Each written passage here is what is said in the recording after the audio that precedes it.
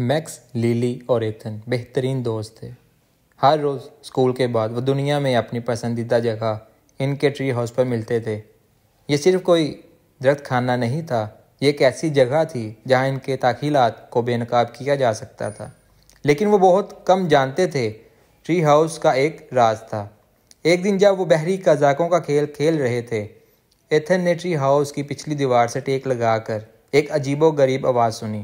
اچانک لکڑی کا ایک چھوٹا سا دروازہ کھلا، جس سے ایک خاک آلود پرانی کتاب کھل گئی، جس کے ورق پر لکھا تھا دی ٹائم ٹریولز گائیڈ۔ یہ کیا ہے؟ میکس نے دھول صاف کرتے ہوئے پوچھا۔ لیلی نے اس عجیب و غریب کتاب کو کھولا۔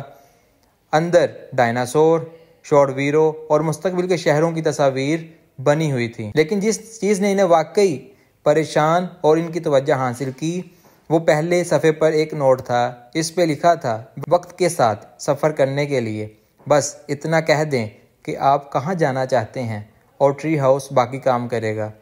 تینوں دوستوں نے پرجوش نظروں کا تبادلہ کیا۔ آئیے اسے آزماتے ہیں، میکس نے چیخ کر کہا۔ لیکن ہم کہاں جائیں؟ ایتھن نے پوچھا۔ آئیے ڈائناسور دیکھتے ہیں، لیلی نے مشورہ دیا۔ ان کے دلوں کی دوڑ کے ساتھ وہ ایک دائرے میں کھڑے ہوئے اور ایک ساتھ کہا، ہمیں ڈائناسور کے زمانے میں لے چلو۔ ٹری ہاؤس آہستہ سے ہلنے لگا اور ایک نرم سنہری روشنی کمرے میں بھر گئی۔ اس سے پہلے کہ وہ اسے جانتے لرزنا بند ہو گیا اور سب کچھ خاموش ہو گیا۔ دوستوں نے جھجکتے ہوئے کھڑکی سے باہر جھانکا۔ انہیں اپنی آنکھوں پر یقین نہیں آ رہا تھا۔ وہ اب اپنے گھر کے پچھواڑے میں نہیں تھے، بلکہ ایک سرسبز اور گھنے جنگل میں تھے۔ اونچے اونچے درختوں نے انہیں گھیر رکھا تھا۔ وہ پرامن طریقے سے چرتے ہوئے ڈائناسور کی بہت بڑی شکلیں دیکھ سکتے تھے۔ واہ، اس نے تو واقعی کام کیا، میکس نے حیرت سے سرگوشی کی۔ وہ ٹری ہاؤس سے نیچے اترے اور محتاط انداز میں اپنے نئے ماحول کی کھوج کی۔ انہوں نے نرم لمبی گردن والے ڈائناسور کو پتوں پر چلتے ہوئے اور پرندوں کی طرح کی چھوٹی چھوٹی مخلوقات کو درختوں کے درمیان پھر پھراتے دیکھا۔ یہ ناقابل یقین ہے۔ ایتھن نے اپنے کیمرے سے تصاویر اتارنا شروع کر دیں۔ جب وہ جنگل کی گہرائی میں بھٹک رہے تھے تو انہیں ایک زوردار دھاڑ سنائی دی۔ ایک خوفناک ڈائناسور ان کے قریب آ رہا تھا۔ دوست جلدی سے ایک بڑے پتھر کے پیچھے چھپ گئے۔ ان کے دل کی دھڑکن بڑھ رہی تھی۔ ٹی ریکس ان کے پاس سے گزرا۔ اس کی بھری دم زمین کو صاف کر رہی تھی۔ خوش قسمتی سے اس نے ان پر توجہ نہیں دی اور جلد ہی درختوں میں غائب ہو گیا۔ یہ قریب تھا۔ للی نے سکون کا سانس لیا، یہ فیصلہ کرتے ہوئے کہ وہ ایک دن کے لیے کافی پرجوش ہوں گے۔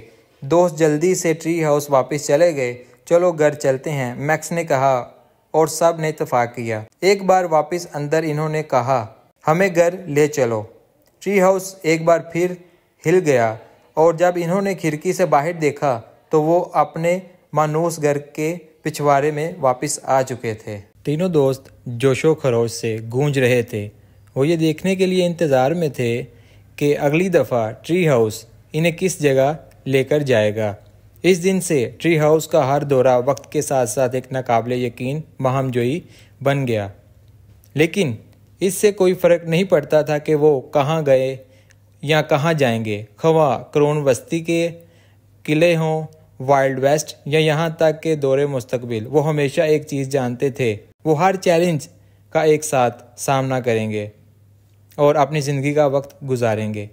اور اس طرح میکس، لیلی اور ایتھن کی باہم جوئی ابھی شروع ہوئی تھی۔